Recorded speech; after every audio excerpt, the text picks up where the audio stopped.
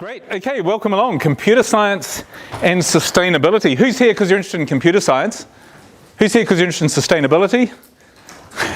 Two people are interested in sustainability. Excellent. The future of the planet is assured. Who's here because you're interested in and? No? Okay. Like doing both together. Fantastic. So my name's Tim Bell. I'm one of the lecturers in the computer science department, and just for the next 25 minutes I want to talk a wee bit about this unusual juxtaposition which actually turns out to be really important.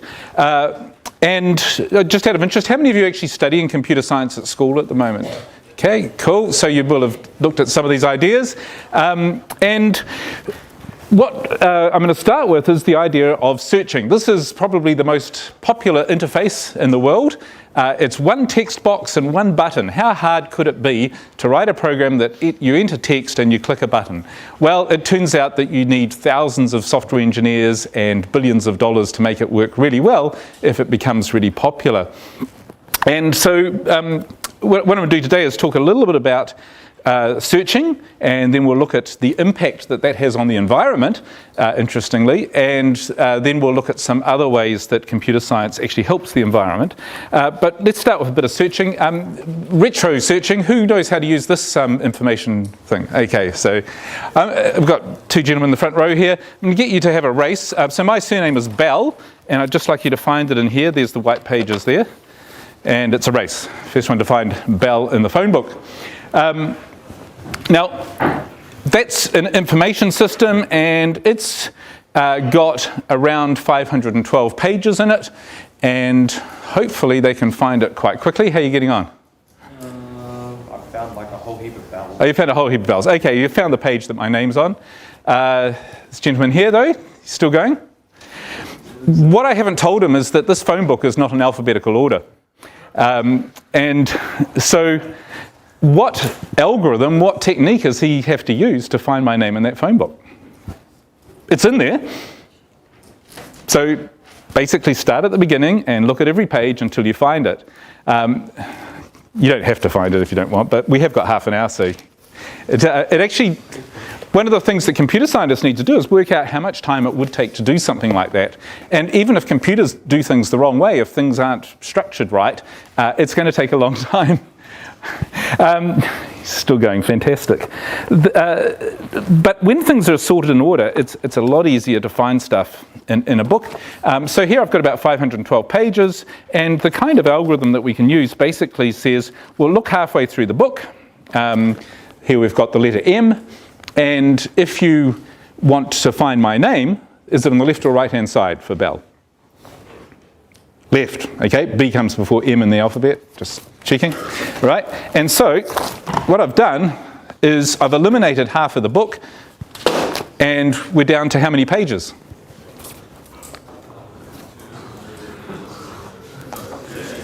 Yeah, 256. And then if I look in the middle of that, we've got Gerard. Do you want the left or the right hand half? Left hand half for Bell. And so we're down to 128 pages. And then I go halfway through that. We've got Chapman, left or right half? Left. Okay, and so we're down to how many pages? 64. And now we've got Aspinall, left or right half? Right, okay. And we're down to 32 pages, and so on, and I won't bother going all the way down there, but basically, how many rips will I have made to get down to the one page that's got my name on? 9? 10? Okay, it's about 9, and actually in computer science we don't mind if it's 9 or 10. 10% difference, just get a computer that's 10% faster, not a big deal. But it only took about 9 rips to find my name. You've given up on the unsorted one, I guess. How long that one would take? Well, it depends where my name is in the book, but it would take anything from what's the shortest time it could take? Instant. Might be on the first page. What's the longest it could take? Turns out the longest would probably be around 8 to 12 hours, depending on how fast you are at going through the book. Okay, so not a great way of doing things. And it's exactly the same with a Google search. If it uses a fast algorithm like that and can find things after 9 operations, fantastic. If it has to go through every single thing, that's being repeated for every search that it ever does. What if instead of the Christchurch phone book I had the Auckland one? So it's twice as big. How many rips are needed to find my name in the Christchurch, in the Auckland phone book? Just someone up here? Okay. 10 rips, yeah. One more. The 1,024 pages, the very first rip takes it down to 512 pages, okay? And then we go through the same sequence that we just did. So one more rip to search twice as much stuff. That's a really important idea. With my unsorted one, if I'd given you the Auckland phone book unsorted, how much longer would it take? Instead of, say, 8 hours, it would take 16 hours, twice as long. But the important thing isn't just that it only took 9 rips. The important thing is even if it was twice as big, it would only take 10 rips. Okay, let's think big. Computer scientists like to think big. Here's a big book. This is a book that someone made. It's every featured article in Wikipedia, printed out and bound. Okay, it's one of the largest books I could find. 5,000 pages roughly. How many rips to find a particular page in that if you're looking in alphabetical order? 12, 13? Yeah, well, okay, so 1,000 was going to take about 10 halvings. So the first halving of 5,000 will get you down to about 2,500 pages. So that's halved the size of the book. The next halving will get you down to about 1,250 pages, and we're pretty much down to the size of the Auckland telephone directory, and so on. It turns out that it'll be 12 or 13 rips to find something in a 5,000 page phone book or dictionary or something like that. But you wouldn't want to actually, by the way, if you're doing this at home, you don't actually have to rip it, you just open it and so on. Okay, just in case. It's more sustainable since we're talking about sustainability. So if you were to print out all of Wikipedia, it would look like this. It's about 1 million pages, very roughly. Keeps growing, so you can't totally measure it, but 1 million pages, about 1 mega page. Okay, mega just means 1 million. And so the very first, if we were looking for something in those 1 million pages, the very first rip, we'd end up with how many pages? 500,000, 500,000. And in fact, if I halve that 10 times, I'm down to, you can check this later if you want, 976 pages. If I've got 976 pages, how many more times do I have to halve that to get down to the one I want? It's about 1,000. 10, yeah. So basically, if you take 1,000 things and halve them 10 times, you end up with one thing. If you take 1 million things and halve them 10 times, you end up with about 1,000 things. Okay, and so to find something in there would take 20 rips in total. Okay? If all of Wikipedia was printed out and you had to actually search it by hand, you would just need to look at 20 pages. It would be about the size of a wall of a building, and you could probably find something there quite quickly. Okay? If it's not in alphabetical order, how long would it take? Years, right? If it's going to take, say, a weekend to search the Auckland phone book, and this thing here is 1,000 times as big, then it's going to take 1,000 weekends, okay? A few years, yeah, to go through the whole thing. So now we're talking about the difference between doing 20 things, which even if this, you could probably in a couple of minutes, you could find something in it, or spending 2 or 3 years of your life looking for one particular article about something you probably didn't care about much in the first place, right? Okay, 1 million pages. What if we had something 1,000 times as big again? Couldn't find any books 1,000 times as big as that, but although our library holds way more, well, around this kind of number, so it's 1,000 million pages. If it was a book, it would reach from here to Oxford. Anyone from Oxford? No, it's a long way, 50 kilometres. How many rips would you need to break that? Like the first rip, it would go from 50 k's to 25 to 12 and a half and so on. After 10 rips, how big would it be? Well, how much smaller does 10 rips make something? It's 1,000th of the original size. So 10 rips will get this down to 1 million pages. How many rips in total to get down to one page if we had 1,000 million pages? Yeah, 30 rips. So if a book from here to Oxford, you'd just need to look at 30 pages and you found it. Now you'd also need a bike or a car or something because you have to go halfway out there to look at the middle page, although what people do in that situation is they fold it up and they call it a library. It's just a building with lots of shelves, right? You don't actually have to have it going along the tram road or something like that. Now, computer scientists tend to work with big numbers, so that even that's not terribly big. Let's go for something that's 1 million pages. Okay, that would actually reach from here to Oxford, but the other Oxford, the Oxford in England, okay, and back, by the way. So that's a pretty big book. You'd need a plane rather than a bike probably to get halfway along it. You could actually fit it on a city block if you really decided to operate the service. But how many times would you need to rip that in half till you got down to one particular page? Yeah, 40 rips. So we can search 1 million pages of information by hand just by looking at 40 things. If we did it the wrong way, then instead of taking a few years, it's not even a few thousand years, it'll take a few million years to find something, okay? And, well, most of us don't have that sort of spare time.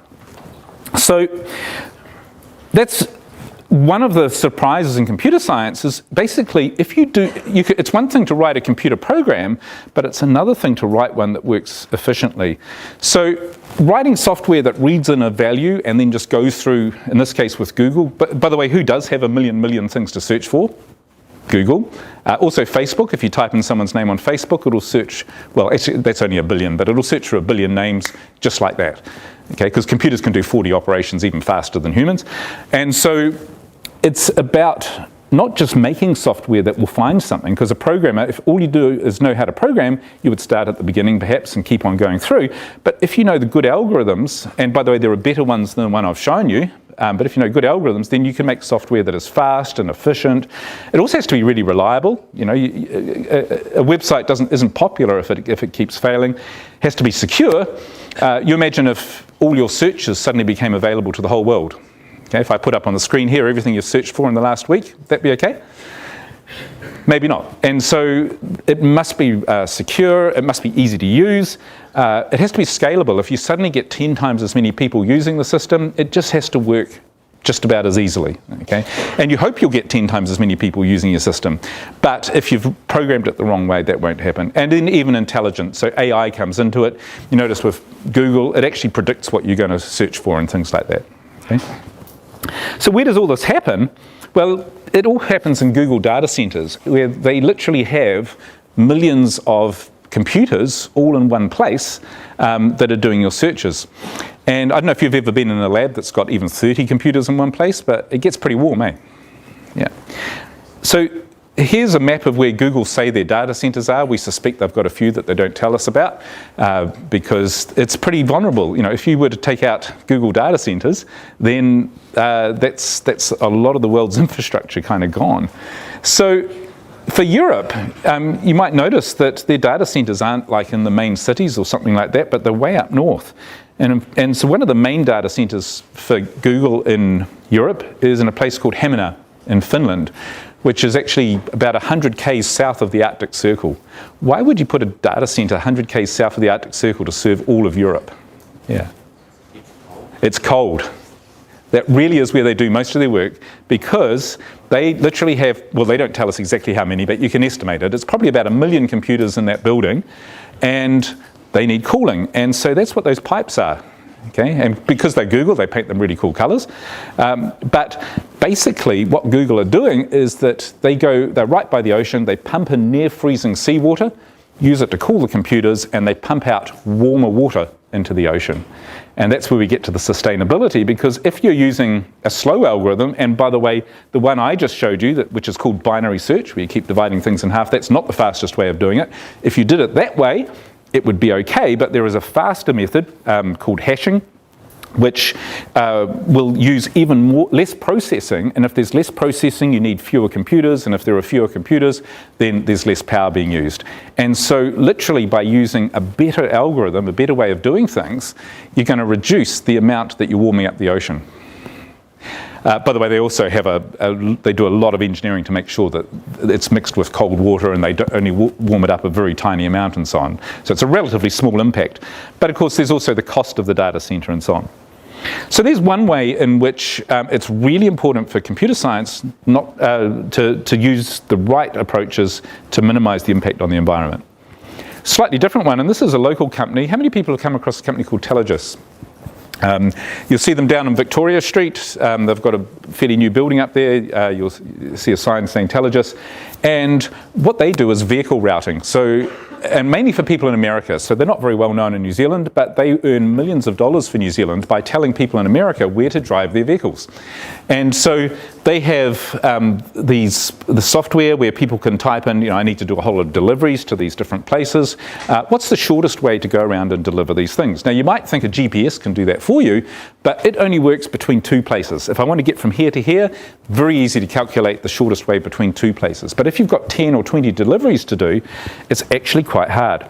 I've got a bit of software here that does it, which some of you may have seen. And so I've got, here we go, it's called the travelling salesman problem. I've got 7 places to visit, and I'm just going to start this off. What it's doing is it's trying all the different routes that you could go around 7 different places and trying to find the shortest way to do that. Now, sure, it's using a little bit of power to compute that, but when it gets the best possible route, it's going to save a lot of fuel because the trucks that are driving around are going to use a lot less fuel. You might notice that it's going to take about 30 seconds to do this calculation, quite a few things to try out, and actually this is a very slow, it's running within a web browser and stuff like that, but about 30 seconds to work out the shortest way to go around. Now, this software, the people who subscribe to Telogis are people like Coca-Cola, filling up Coke machines, people like DHL, dropping off courier parcels and so on. And they need to know the shortest way to do things. Now, what if I ramp this up to 14 cities? Roughly how long do you think it'll take? Twice as many cities. Set of 30 seconds? About a minute? Well, actually, 9 years, 10 months, 11 days, and 14 hours. It's only twice as many cities, but the number of different ways to visit them all is exponential, okay? It's actually the factorial if you really want to know. And so this program is not going to finish before we need to get the Coke delivered or the courier parcels or whatever.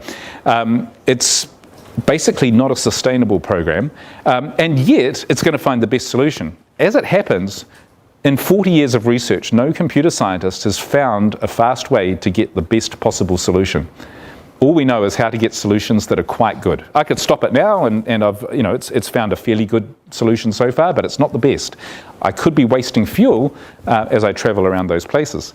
And we don't know if I stop it, but if I run it for 9 years, we will know. Except by then, of course, no one wants their deliveries. So we've got this quandary. What Telogis have done is that they've got computer scientists there who've developed algorithms for this that find very good solutions, better than anyone else in the world. So that's why people all over the world pay them to tell them the shortest route. And it's worth paying a few dollars for every trip that you make to get the shortest route, because you'll save more than a few dollars on fuel and paying drivers' salaries, wages, and for paying wear and tear on the vehicles and all that sort of thing. So by solving this problem well, not using my method here, but by solving it well, then we end up saving fuel. By the way, anyone want to make a guess at how long it would take for 21 cities? Just make up a number. 150 years? Anyone more than 150 years? A million years. Way up, okay. We'll see who's closest. So 1,000,000, 150, or way up are the options. 21 years, it's actually 3,800 million years. So I'll just get it started. To try out every possible way to visit all of those would take that long. Now, slow computer, what if my computer was 1,000 times faster? How long would it take? 3.8 million years, way better. What if I had a million of these computers all working at the same time, 1,000 times as fast to solve this problem? Like the entire Google data center solving this. 3.8 years. Still not good enough. And even if it was, even if we got it down to a month or a week so that we can save a few dollars worth of fuel, it's just not going to solve the problem. So basically, I'm actually going to stop this because it also is going to run my battery flat. It uses a lot of power to do these calculations. So basically with this, we don't know the best way of doing it. Computer scientists are doing research into how to find better ways of doing it, and people like Telogis are making money by basically having better ways of doing it than anyone else. By the way, you can buy an app. This one's really cool. It's called EcoMaps, and it solves this problem. But whoever wrote this program didn't know about this exponential blowout, and so it works fine for 5 or 6 places that you want to visit. But as soon as you put in about 10 or 12, it takes minutes, and if you put in more than about 15, it just sits there and does nothing. Which I think is actually really cool. It's $5 for the app, and it's the best $5 I've ever spent, because it's, well, not quite, but it's, yeah, it's a great example of writing a program that does what it says it will, but it's still useless. Okay. So that's just a real whirlwind view of the environmental impact that we can have by writing good computer programs. The speed of an algorithm has a huge impact, of course, not just on warming up the seawater for someone like Google, but if you've got a smartphone and it's running algorithms that are inefficient, it's going to warm up and it's going to use more power than it needs to. And while that's probably not going to make a big impact on global warming, it's really annoying if your battery goes flat by morning tea time. Okay.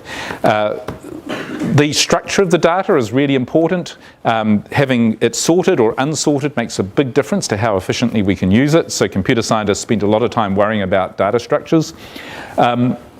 And we can optimize fuel consumption. Again, not just Telogis, who are basically the best people in the world down Victoria Street there at optimizing this, but we need to worry about things like the computers within cars. Okay, and then self-driving cars, and it's not just, you know, the route that they take, but just the decisions they make, like when do you switch off the engine and then restart it, and all those kind of things can have a big impact. And of course, aeroplanes and trains and so on these days are highly computerized, making just tiny instantaneous decisions about fuel consumption and trimming things to make them as efficient as possible. So huge opportunities to basically reduce our environmental impact by writing really good algorithms, by writing programs that take account of what we know about computer science. And that is what I had to say about computer science and sustainability. So thank you very much for your time.